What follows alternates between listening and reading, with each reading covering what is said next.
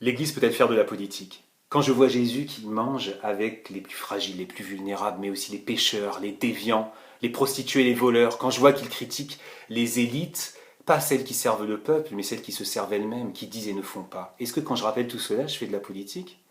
Est-ce que quand je montre la méfiance de Jésus qu'il y a dans les évangiles vis-à-vis de l'argent, vous ne pouvez pas servir deux maîtres, Dieu et Mammon, pas la richesse en soi, mais la richesse qui vient détruire les autres ou celle qui nous détruit de l'intérieur. Est-ce que je fais de la politique? Lorsque je parle de la création, cette création où on est appelé à, qui nous est donnée, et nous sommes appelés à un geste de reconnaissance, d'émerveillement, mais aussi de responsabilité vis-à-vis d'elle. Est-ce que je fais de la politique?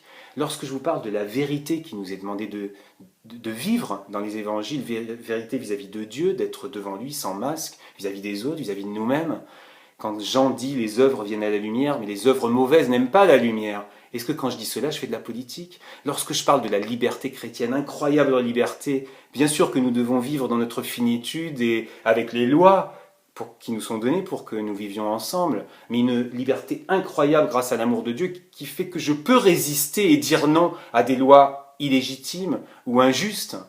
Est-ce que quand je dis cela, je fais de la politique? Est-ce que quand je vous parle de la discrimination et que je lis les épîtres qui disent il n'y a plus ni homme, ni femme, ni juif, ni grec, nous sommes tous enfants de Dieu à égalité sous le regard de Dieu? Est-ce que je fais de la politique? Et quand je vois Jésus qui aime l'étranger autant que les enfants d'Israël, est-ce que je fais de la politique? Eh bien oui, je fais de la politique. Et l'Église doit faire de la politique. L'Église doit participer, elle n'est pas partisane bien sûr, mais elle doit participer à la vie de la cité. Quand Jésus dit « vous rendez à César ce qui est à César et à Dieu ce qui est à Dieu », il ne construit pas deux espaces étanches, bien sûr qui ne s'interpelleraient pas. La laïcité française dit que l'État est neutre, mais l'Église n'est pas neutre. Allez dire à ceux qui se sont battus pour les droits civiques, qui ont caché les Juifs, qui se battent aujourd'hui pour la justice partout dans le monde, que l'Église serait neutre.